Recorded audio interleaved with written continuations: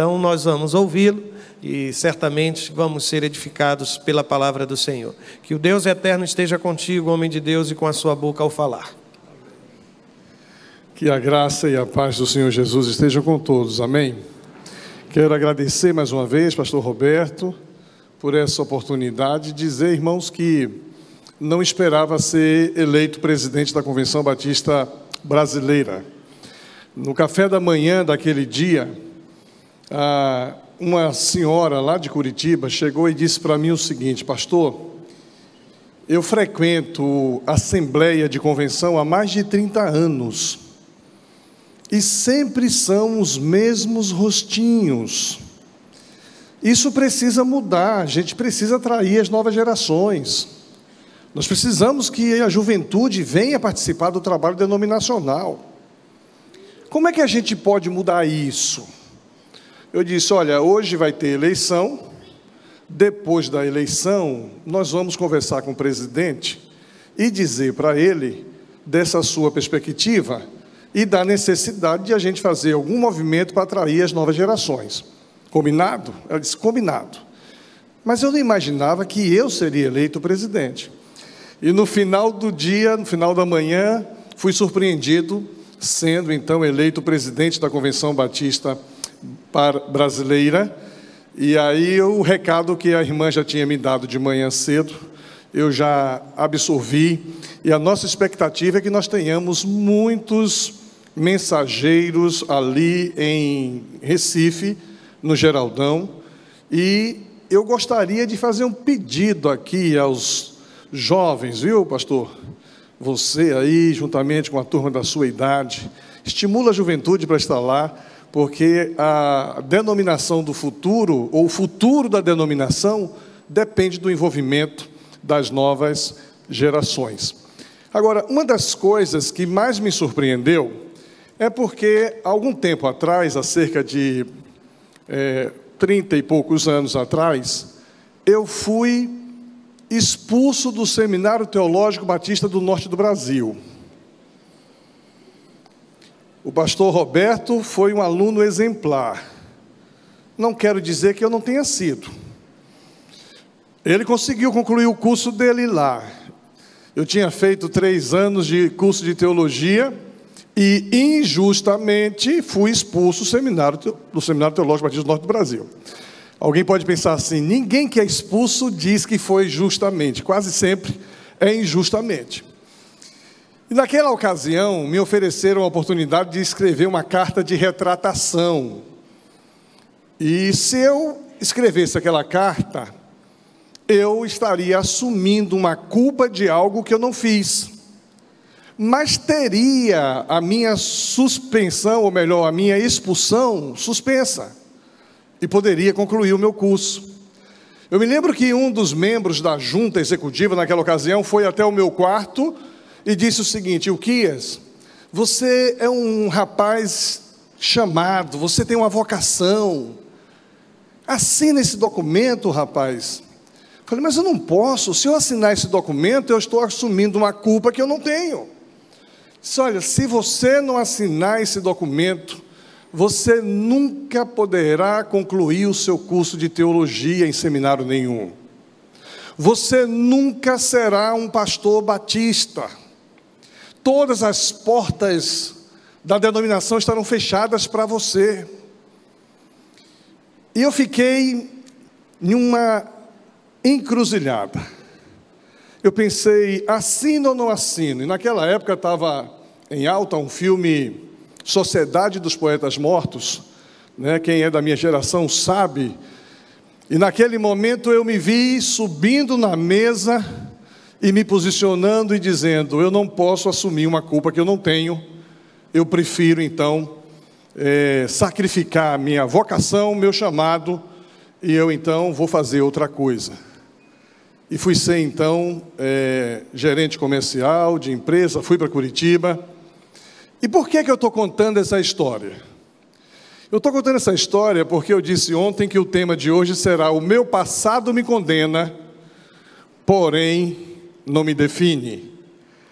E quando eu fui eleito presidente da Convenção Batista Brasileira, por incrível que pareça, e o pastor Roberto ainda disse ontem, é uma ironia do destino, porque hoje o presidente do Seminário Teológico Batista do Brasil sou eu. Hoje quem contrata ou demite reitor sou eu. E aquilo que parecia ser impossível, quando Deus tem um chamado, não há impossível para Deus. Eu pude então ser ordenado pastor sem ter voltado ainda para o seminário. No meu concílio, o meu examinador perguntou se eu me comprometeria em voltar ao seminário, e eu disse que sim. E aí então eu fui ordenado pastor, voltei para o seminário, concluí o meu curso na Faculdade Teológica Batista do Paraná. O meu passado me condena, porém não me define. Todos nós já fizemos coisas no nosso passado pelas quais a gente tem vergonha. Gosto muito de seriado. Antes de ontem, assistindo um seriado, vi uma cena em que uma adolescente motivada por um colega, ela acabou roubando alguma coisa de uma loja. E o seu pai, conversando com ela, ela extremamente constrangida, envergonhada, e o pai sem saber como abordar o tema, e ela querendo ir embora. Quando ela subia a escada, o pai disse: filha, quando eu tinha sua idade, eu roubei uma maçã. Falar em roubar uma maçã, estava em reunião com o governador do estado do Paraná, e estava falando com o governador que havia um crescente número de roubos na cidade. Todo o esforço que o governo do estado estava fazendo em equipar a polícia militar não estava contendo os roubos. Na época era o governador Roberto Requião. E ele disse o seguinte: pastor, isso aí é brincadeira de criança. Eu disse: não, governador, na minha igreja, por exemplo, esse ano só a minha igreja foi roubada 5 vezes. Isso é muito sério. E ele disse: pastor, me diz uma coisa. Quando você era adolescente, você não pulava o quintal do vizinho para roubar uma ameixa? Você nunca roubou uma ameixa na sua adolescência? E eu fechei a cara e disse: governador, eu nunca roubei uma ameixa. Porque na minha adolescência, onde eu fui criado, não tinha ameixa, mas tinha manga. Aí ele deu uma risada, daquele momento em diante ele virou um amigo. O personagem de hoje talvez seja um que nós nos referimos a ele quase sempre como alguém que teve um passado complicado. Abra sua Bíblia no livro de Jonas, capítulo 1. Nós vamos ver aqui a história, ou pelo menos o início da história de Jonas, e algo me chama a atenção, porque a palavra do Senhor também a Jonas aconteceu. Assim como a palavra do Senhor aconteceu ontem a Elias, hoje a palavra de Deus acontece a Jonas. A palavra de Deus vem ao coração de Jonas. Jonas tem uma revelação da palavra de Deus. Jonas capítulo 1, versículo 1 diz assim: a palavra do Senhor veio a Jonas, filho de Amitai, dizendo: levante-se, vá à grande cidade de Nínive e pregue contra ela, porque a sua maldade subiu até a minha presença.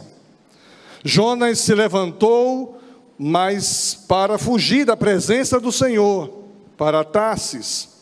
Desceu a Jope e encontrou um navio que ia para Tarsis. Pegou a passagem e embarcou no navio para ir com eles para Tarsis, para longe da presença do Senhor. Um profeta, um vocacionado, um chamado, recebe uma ordem, ele tem um legado, mas ao invés de cumprir a ordem que Deus lhe dara, ele foge da presença do Senhor. Olhando para a história de Jonas, que todos nós conhecemos, parece que o passado de Jonas o condena. Falamos assim quando algo que fizemos no passado aflora, ou vem à tona, de alguma forma nos confronta, nos contradiz, nos condena. E aí, por incrível que pareça, eu vou presidir a Assembleia de 2023 em Recife, onde o meu passado tinha tudo para me condenar, porém não me definiu. Aqui estamos. De que forma o passado de Jonas o condena? O nome de Jonas, filho de Amitai, aparece pela primeira vez no segundo livro dos Reis. No segundo livro dos Reis, capítulo 14, versículo 23, lá atrás diz assim: no 15º ano do reinado de Amazia, filho de Joás, rei de Judá, Joroboão, filho de Joás, rei de Israel, tornou-se rei em Samaria e reinou 41 anos.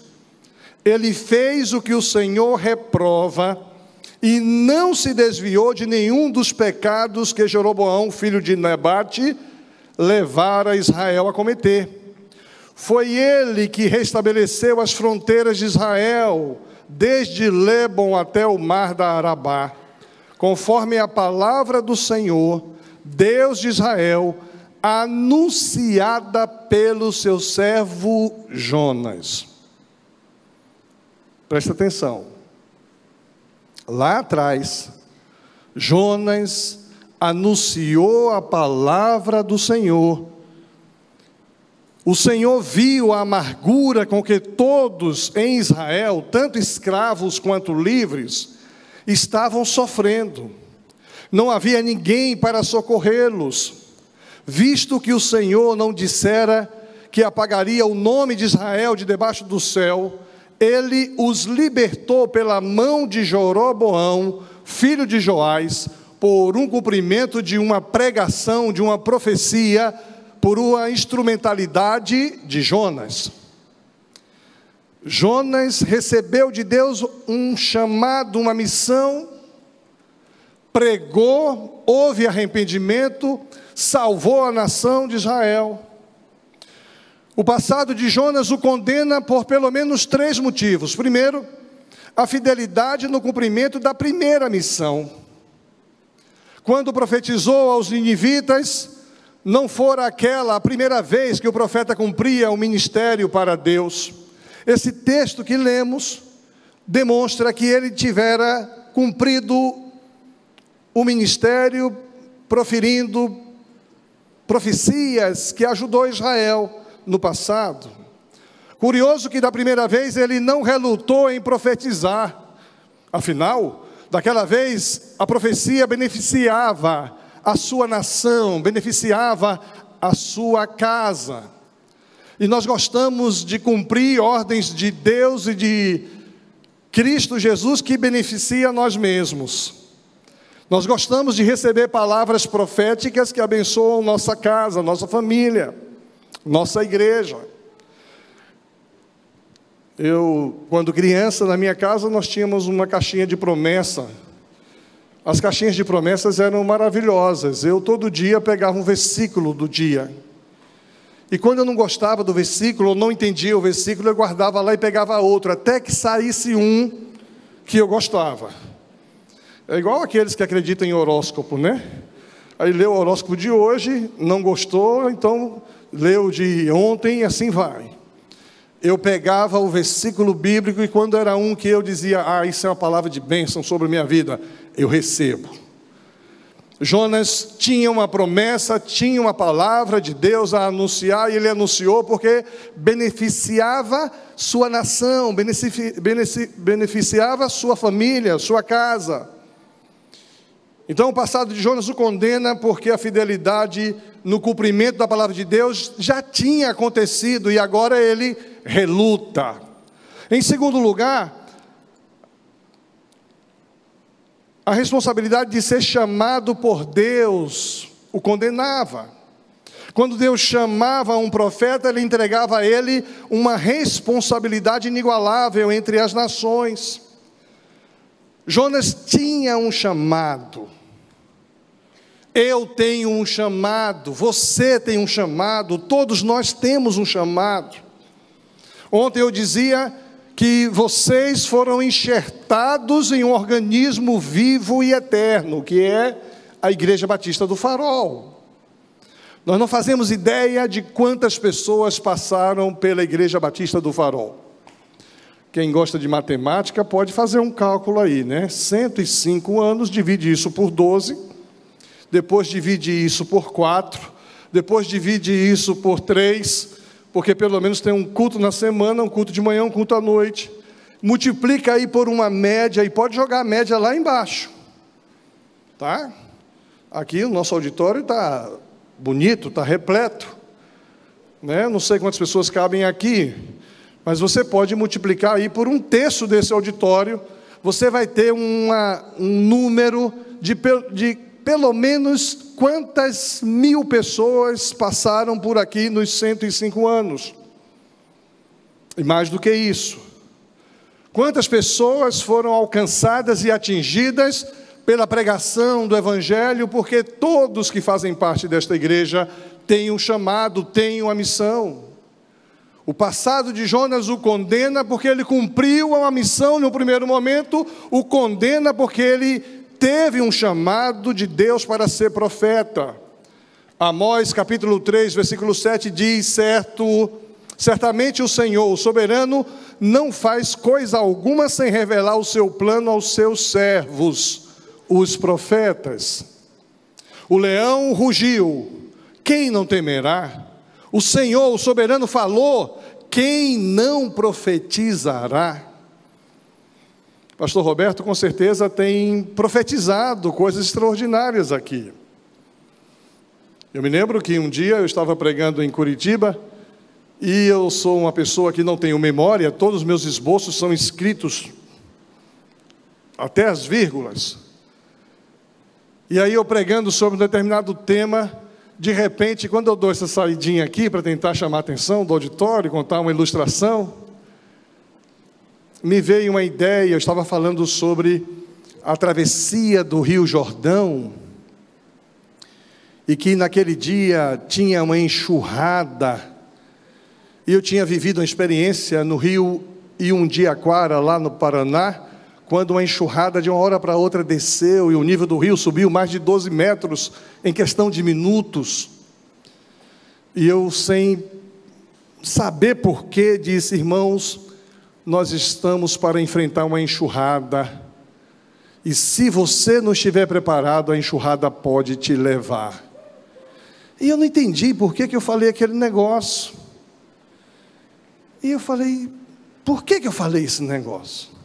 Voltei para o meu esboço. Naquela semana, uma enxurrada passou sobre mim e quase me levou. Era uma palavra de Deus para mim, era uma palavra de Deus para a nossa igreja. Ouvi falar que há um projeto sendo desenhado. Deus revela primeiro ao seu profeta. Deus revela primeiro ao que tem a visão.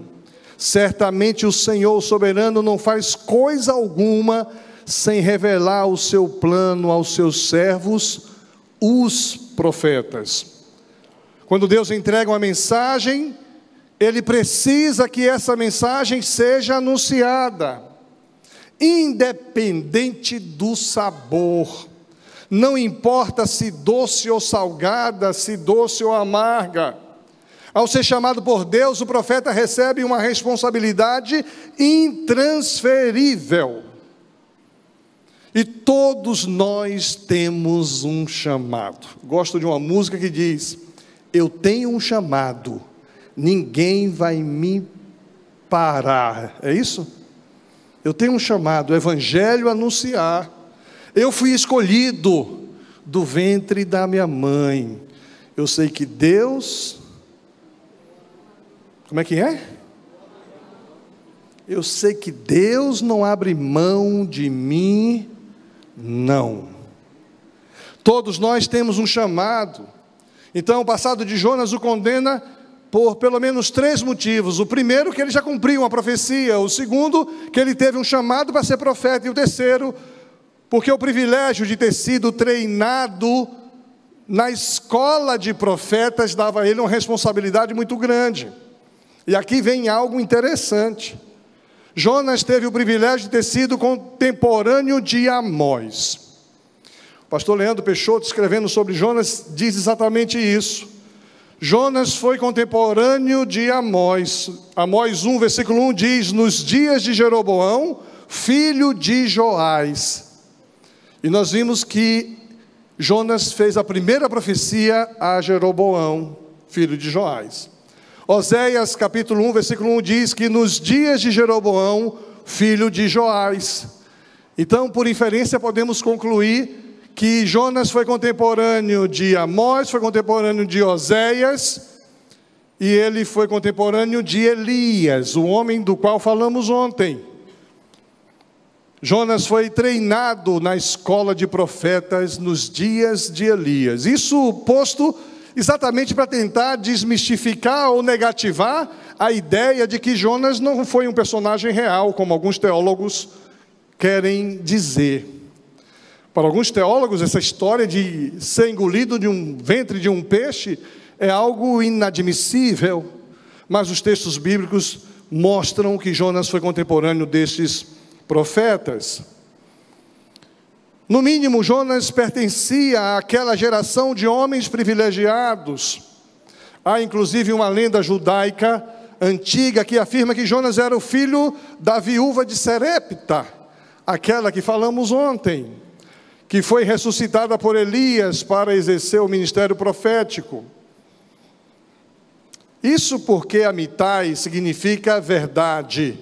Então Jonas seria o filho da verdade, uma referência à fala da viúva a Elias: nisto conheço agora que tu és homem de Deus, e que a palavra do Senhor na tua boca é verdade.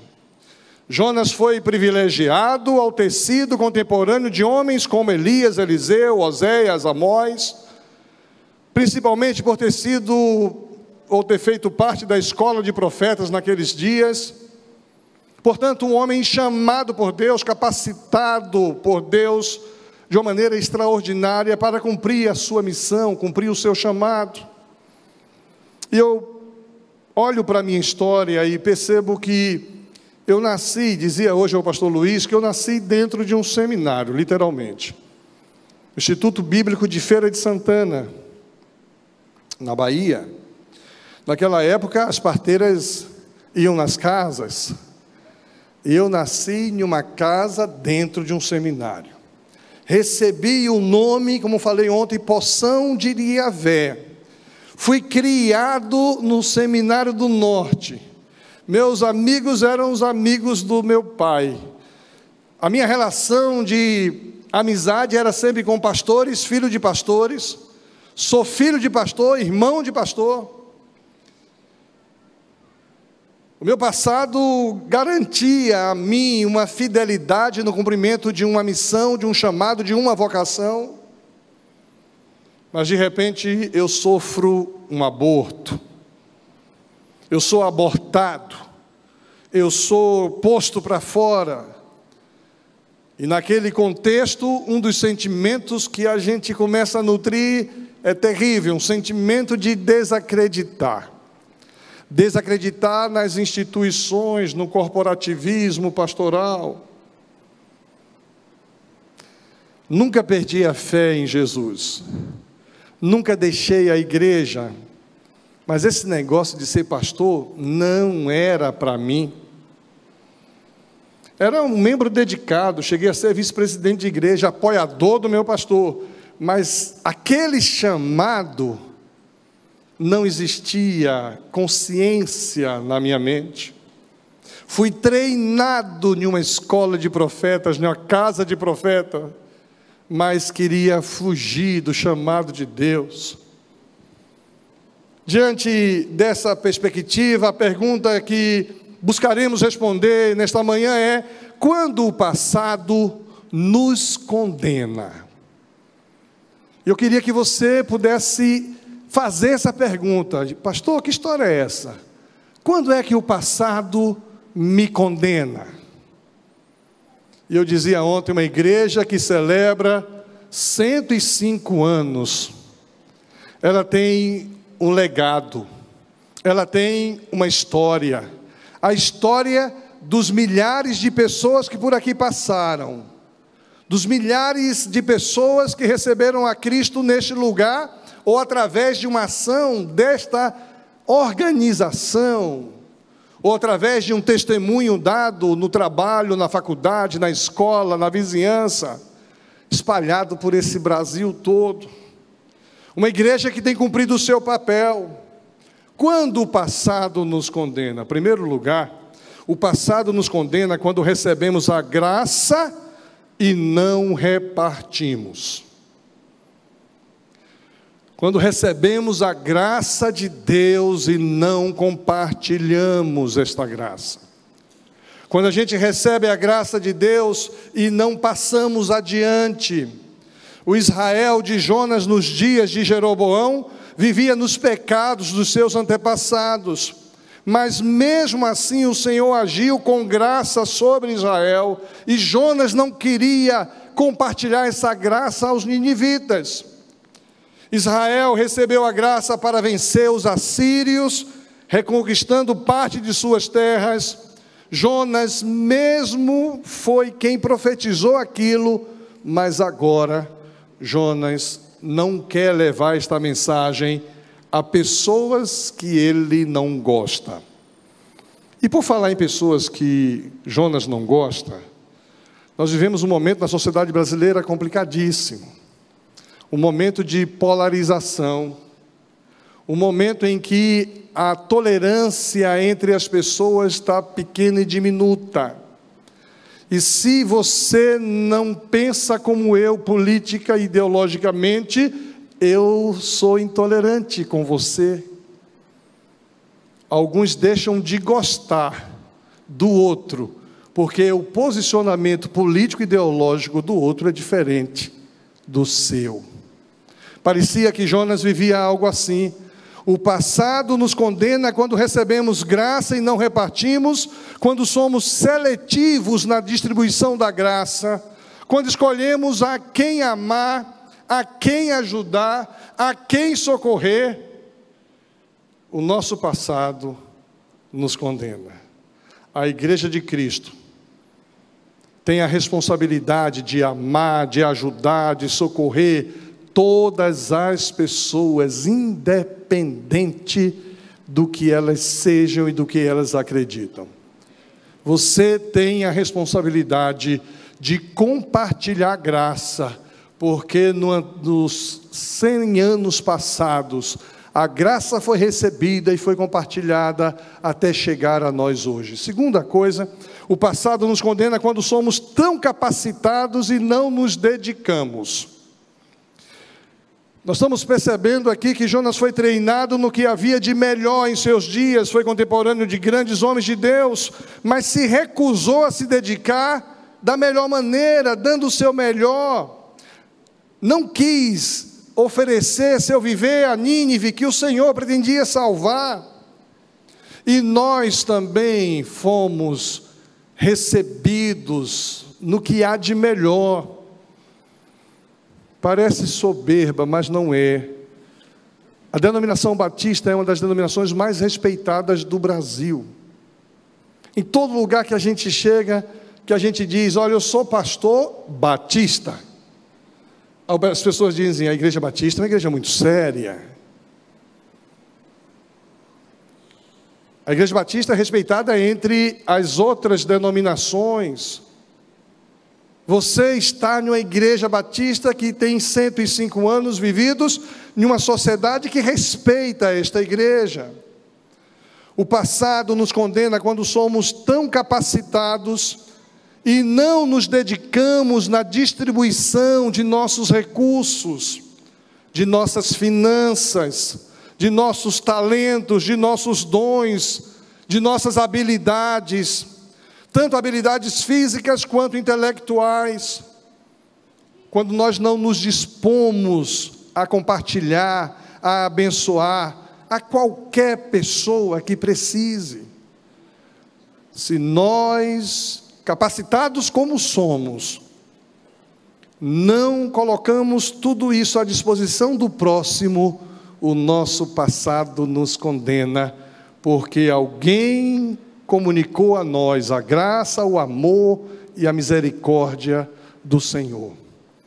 Em terceiro lugar, o passado nos condena quando um dia fomos chamados e agora relutamos, fugimos.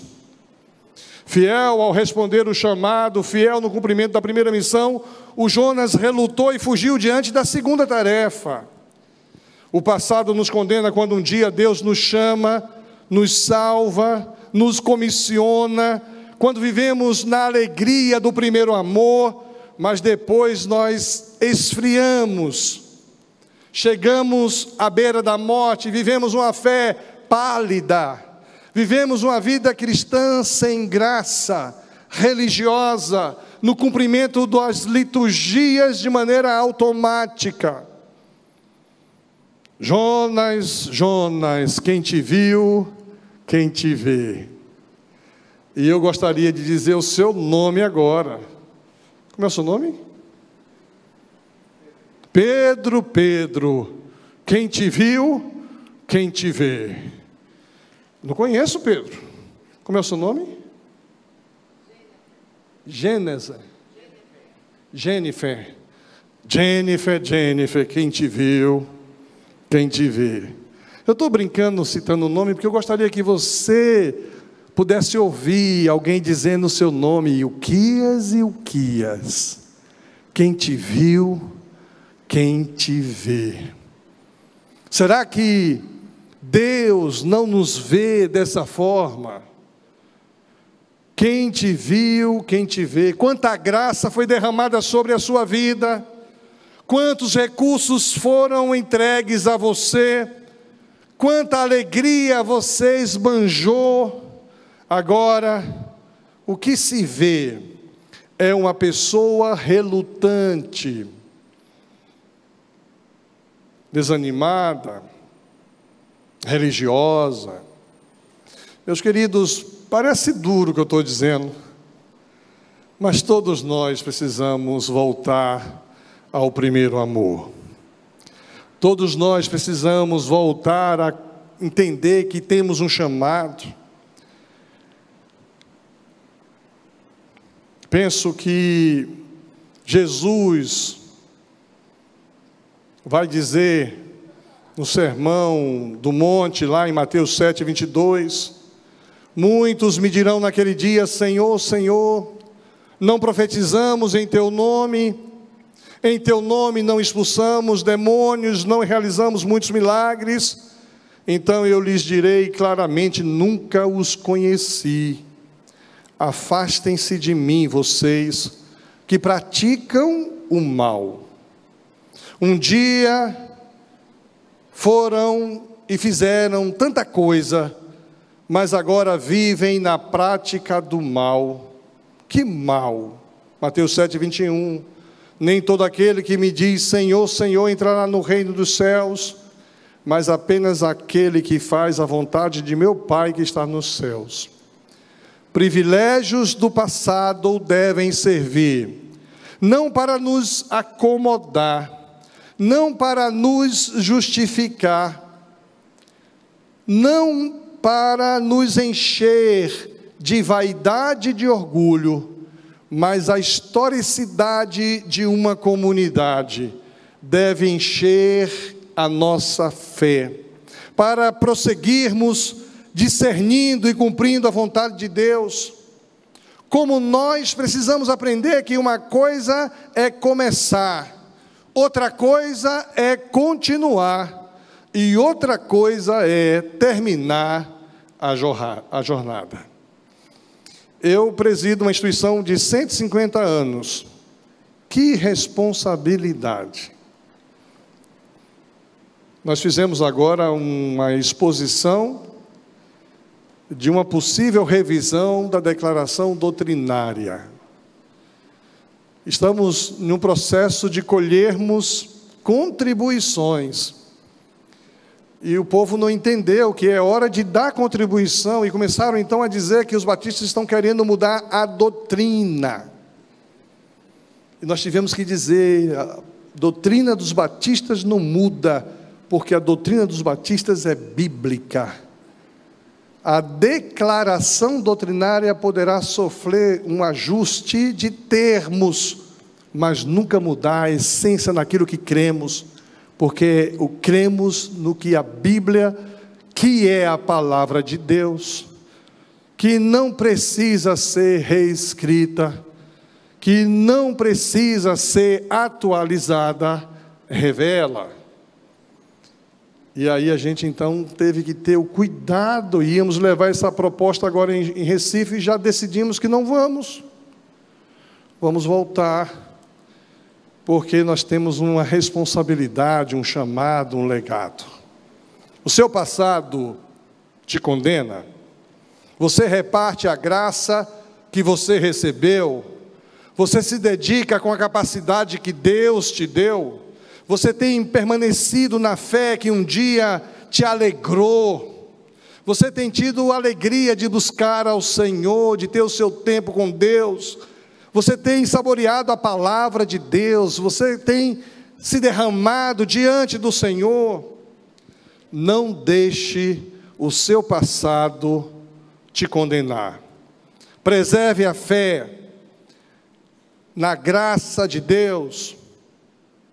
E eu quero terminar com as palavras de Pedro, que diz no capítulo 4, versículo de 7 a 11, o fim de todas as coisas está próximo, portanto sejam criteriosos, estejam alertas, dediquem-se à oração, sobretudo, amem-se sinceramente uns aos outros, porque o amor perdoa muitíssimos pecados. Sejam mutuamente hospitaleiros, sem reclamação. Cada um exerça o dom que recebeu para servir os outros, administrando fielmente a graça de Deus em suas múltiplas formas. Se alguém fala, faça-o como quem transmite a palavra de Deus. Se alguém serve, faça-o com a força que Deus provê, de forma que em todas as coisas Deus seja glorificado mediante Jesus Cristo, a quem sejam a glória e o poder para todo sempre. Amém. Que o seu passado não te condene.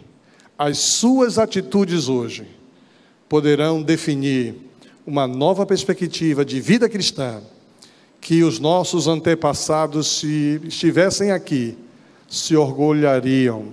100 anos de uma igreja dedicada ao Senhor, servindo ao Senhor com alegria, fazendo diferença no seu tempo. Que Deus nos abençoe.